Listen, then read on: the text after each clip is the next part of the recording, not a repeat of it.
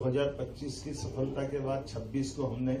किसान कल्याण वर्ष के नाते से मनाया, जहां हम एक तरफ नदी जोड़ो अभियान के माध्यम से राज्य के अंदर विश्व की पहली नदी जोड़ो अभियान पार्वती काली सिंह चंबल योजना और केन बेतवा नदी जोड़ो अभियान के माध्यम से माननीय प्रधानमंत्री जी ने मध्य प्रदेश का राजस्थान और उत्तर प्रदेश के साथ दो बड़ी नदी जोड़ों का एक बड़ा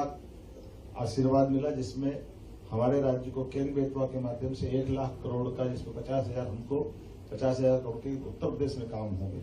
हमारी राशि को 10% रहेगी। ऐसे ही पीकेसी योजना में राजस्थान और हमारा 20-25 साल पुराना विवाद का प्रक्षेप करते हुए हमने अपने 70,000 करोड़ के प्रोजेक्ट पे 13 जिले हमारे, 15 जिले राजस्थान के, तीनों नदियों को जोड़ते हुए बड़े बड़े डैम और बड़े डैम के माध्यम से जल रचनाओं में पानी की, बिजली की, पीने के पानी की, उद्योगों की, ऐसी कई प्रकार की इंडस्ट्री बेल्ट के साथ इरिगेशन एरिया भी बहुत बड़ा नया तैयार हुआ। इसी का परिणाम हुआ कि हमारा अपना कृषि का रकबा इरिगेटेड एरिया जो हमारी सरकार के बनने तक 44 लाख हेक्टेयर था, आज की स्थिति में 65 लाख हेक्टेयर तक पहुंच गया है और ये सरकार के टेन्योर तक ये 100 लाख हेक्टेयर को क्रॉस करेगा। उल्लेखनीय है कि 1956 में मध्य प्रदेश बनने के बाद 2002-03 तक राज्य में सिंचाई का रकबा कुल 7.5 लाख हेक्टेयर था। अकेले 2.5 साल में हमने 10 लाख हेक्टेयर से ज्यादा तो हमारे अपने मध्य प्रदेश में हमारी टेन्योर में कर दिया। बिजली का और बिजली की दर भी सबसे सस्ती बिजली की दर विश्व की सोलर की हमारे अपने मध्य प्रदेश से निकल गई। पंप स्टोरेज, बैटरी स्टोरेज, तमाम प्रकार की wind energy, solar energy, hydro power, thermal power, सब प्रकार से बिजली के लिए आने वाले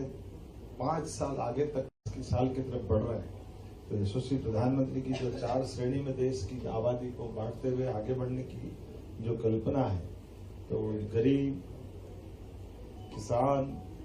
युवा, तो अगला 2027 हम युवा वर्ष मनाने जा रहे हैं। ऐसे में देश के अंदर सबसे युवा आबादी दुनिया की कहीं है तो भारत में है। हमारे राज्य में भी 2 करोड़ से ज्यादा युवा है। ऐसे में युवाओं को आने वाले समय में अपने प्रदेश की दशा क्या हो, उनकी सहभागिता क्या हो, उनके आइडिया क्या हो, शासन की सभी योजनाओं के पक्ष रखते हुए उसमें क्या सुधार किया जाना चाहिए, किस प्रकार से आगे बढ़ना चाहिए, पूरा अभियान चलाने के लिए जैसे बीते किसान वर्ष में भी हमने इंडस्ट्री के साथ किसानों की बात की थी, उसी परिकल्पना के आधार पर यह वर्ष डिक्लेयर किया था। अब आज के बाद इंदौर से इस बात की शुरुआत की जा रही है कि 2027 के युवा वर्ष में किस किस प्रकार से युवाओं के सहयोग और सहभाग की कल्पना करें, उनके आइडिया लें और उसी आधार पर पूरे प्रदेश में ये संवाद करते हुए